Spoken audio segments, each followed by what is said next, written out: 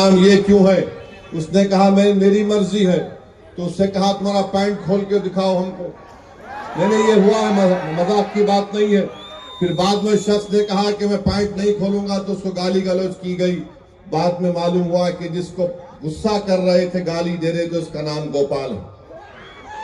अब बात आइए, आप इस मुल्क में इस तरह का नफरत फैलाई जा रही है मुजफ्फरनगर में, और चंद्रबाबू नायडू खामोश बैठे हैं। चंद्रबाबू नायडू से हम पूछना चाह रहे हैं, दत्तात्रेय होसोबोले ने कहा कि संविधान में से सेकुलर और सोशलिज्म के वर्ड को निकालना चाहिए। क्या चंद्रबाबू नायडू उस पर राजी हैं? अगर राजी नहीं है तो चंद्रबाबू नायडू को पब्लिकली कंडेम करना चाहिए दत्तात्रेय होसोबोले के बयान को, कि बेसिक स्ट्रक्चर का हिस्सा है हमारे संविधान का। आप देख लीजिए आर्टिकल 9 क्या है, आर्टिकल 15, 16, 25, 26, 27, 29 क्या है ये।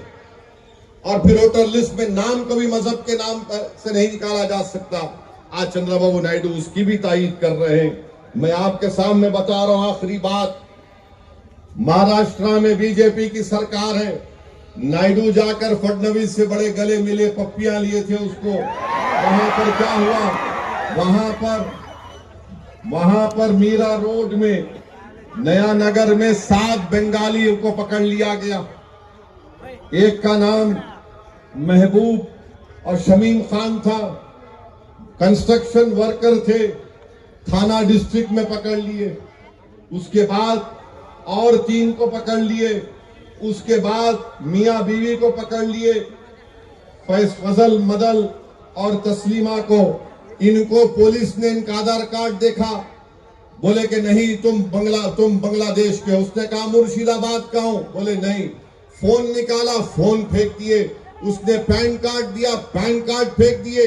इन 7-8 हमारे बंगाली मुसलमानों को जो हमारे देश के हैं उनको बिठाकर बंगाल पहुंचाकर बीएसएफ के हवाले करके, बीएसएफ वालों ने उनको खूब पीटा और उनको ले जाकर ढकल कर बंदूक की नोक पर भारत के बॉर्डर से निकालकर बांग्लादेश के बॉर्डर में फेंक दिया।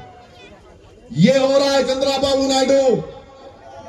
आपको अपनी कुर्सी की पड़ी है, हमको हमारे देश से बंगाली जबान बोलते थे।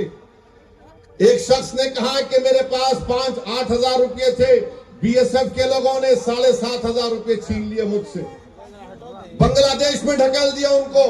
फिर बंगाल की पुलिस ने पूरा भिजाया, कागजात भिजाए कि यहाँ के रहने वाले 3 बॉर्डर है, उत्तर दिनाजपुर, कोच बिहार से ढकल दिए 7 के 7 लोगों को। बताइए क्या हो रहा है हमारे देश में।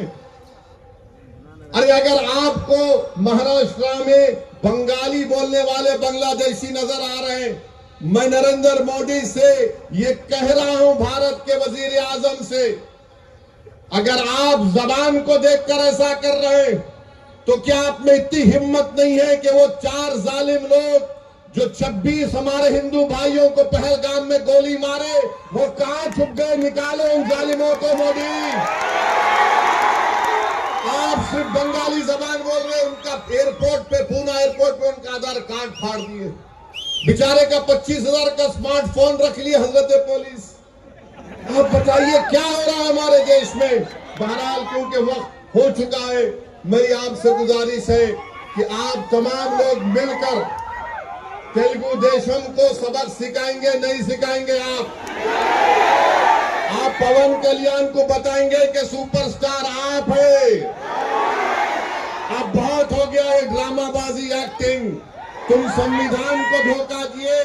मैंने अधोनी में कहा था, चंद्रबाबू नायडू ने संविधान को भी धोखा दिया, आंध्र प्रदेश की जनता को भी धोखा दिया, और चंद्रबाबू नायडू ने लोकेश को हमेशा के लिए यह कर दिया।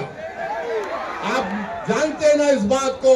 तो मेरी आपसे अपील है कि मुत्तहिद रहिए और दुआ करते रहिए फलस्तीनियों के लिए, जो आज उनको हजारों की तादाद में वहां पर मार दिया गया। अल्लाह उन फलस्तीनियों को भी सलामत रखे। अस्सलाम वालेकुम व रहमतुल्लाहि व बरकातहू।